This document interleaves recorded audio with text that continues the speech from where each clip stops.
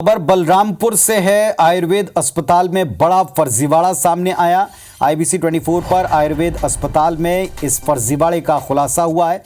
OPD register में फर्जी तरीके से मरीजों के नाम लिखे जा रहे हैं। कभी अस्पताल ये गए ही नहीं, उनके नाम इस अस्पताल के रजिस्टर में दर्ज हैं। मरीजों के नाम पर दवाएं बांटने का उल्लेख भी इस रजिस्टर में। सूचना पर अस्पताल में पहुंचे CHC के BMO, CHC और BMO ने इस बात को स्वीकार बाद में करना पड़ा कि हाँ, ये फर्जीवाड़ा हुआ है। राजपुर में संचालित आयुष अस्पताल में ये पूरा फर्जीवाड़ा IBC 24 के कैमरे पर पकड़ में आया। तो एक बड़ा मामला बलरामपुर में आयुर्वेद अस्पताल में फर्जीवाड़ा हो रहा है। फर्जी नाम दर्ज होते हैं अस्पताल के रजिस्टर में और उनके नाम से दवाओं की निकासी दिखती है।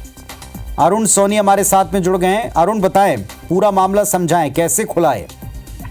देखिए पुनीत, ये एक बहुत बड़ा फर्जीवाड़ा है और आप सोच सकते हैं कि जो आयुष अस्पताल का जो OPD रजिस्टर होता है उसमें मरीजों के नाम लिखे जा रहे हैं और बिल्कुल फर्जी तरीके से। जो मरीज अस्पताल में कभी गए नहीं, जिन्होंने अस्पताल कभी देखा नहीं है, उनके नाम भी उस OPD के जो रजिस्टर है उसमें दर्ज किया गया है और बाकायदा उनके बीमारी क्या है उसे भी लिखा गया है कि इन्हें चर्म रोग है या फिर उधर की बीमारी, इस तरह की बीमारी का उल्लेख भी है उसमें और जो उन्हें दवाइयां दी जाती है उसका भी उल्लेख किया गया है। IBC 24 ने जब इस पूरे मामले का खुलासा किया, जब अस्पताल में पहुंची IBC 24 की टीम, तो सूचना मिलने के बाद BMO जो है डॉक्टर राम प्रसाद तिर्की, वो भी मौके पर पहुंचे। उन्होंने रजिस्टर को देखा, उसमें उन्होंने नोट भी किया है, दस्तखत भी किया है और उन्होंने यह भी कहा और स्वीकार किया। वहां के लोगों से पूछताछ करने के बाद, जो अस्पताल में स्टाफ पदस्थ हैं, उनसे पूछताछ करने के बाद BMO ने यह स्वीकार किया है कि यहाँ पर गलती की जा रही है, फर्जी तरीके से लोगों के नाम दर्ज किए जा रहे हैं। ये जांच का विषय है कि आखिर फर्जी तरीके से लोगों के नाम क्यों दर्ज किए जा रहे हैं मरीज के तौर पर, क्योंकि एक बहुत बड़ा फर्जीवाड़ा है कि आखिर ऐसा क्यों किया जा रहा है, किसकी मिली भगत है। और आपको बता दूं कि OPD जी का जो रजिस्टर है उसमें अलग अलग हैंडराइटिंग भी यूज की गई है, अलग अलग हैंडराइटिंग अलग अलग दिन में लिखे गए हैं और एक मरीज के कई जगहों पर नाम भी उल्लेख किए गए हैं, जो इस बात को दर्शाती है कि यहाँ पर सिर्फ फर्जीवाड़ा किया जा रहा है। और आपको बता दूं कि यहाँ पर सिर्फ एक डॉक्टर पदस्थ है जो कभी कभार यहाँ पर पहुंचते हैं, इसके अलावा सिर्फ स्टाफ के भरोसे यह अस्पताल संचालित हो रहा है।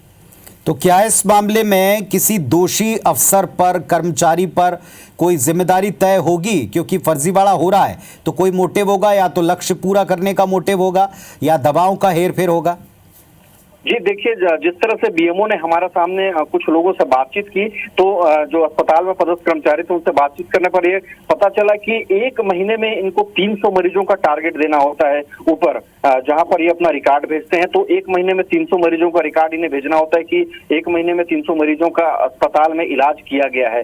तो उस कोरम को संभवतः पूरा करने के लिए इस तरह का फर्जीवाड़ा किया जा रहा है और जांच के बाद यह स्पष्ट होगा कि आखिर इसके पीछे का क्या मोटिव है, क्यों इस तरह से किया जा रहा है। लेकिन प्राथमिक तौर पर यह जो बात सामने आई है कि एक महीने में लगभग 300 मरीजों को देखने का जो अस्पताल में रिकॉर्ड है उसे बरकरार किया जाता है, इसलिए इस तरह का फर्जीवाड़ा फिलहाल किया जा रहा था। चलिए, अब ये मामला सामने आने के बाद, IBC 24 पर दिखने के बाद, क्या इस पर एक्शन भी होता है? क्यों ऐसा किया, इसके कारण भी सामने आते हैं जांच में, या ये दबाने और लीपापोती में मामले को रफा दफा करने में जुटता है प्रशासनिक अमला? ये देखेंगे, इस पर आप नजर रखिएगा। शुक्रिया फिलहाल आपका इस जानकारी के लिए।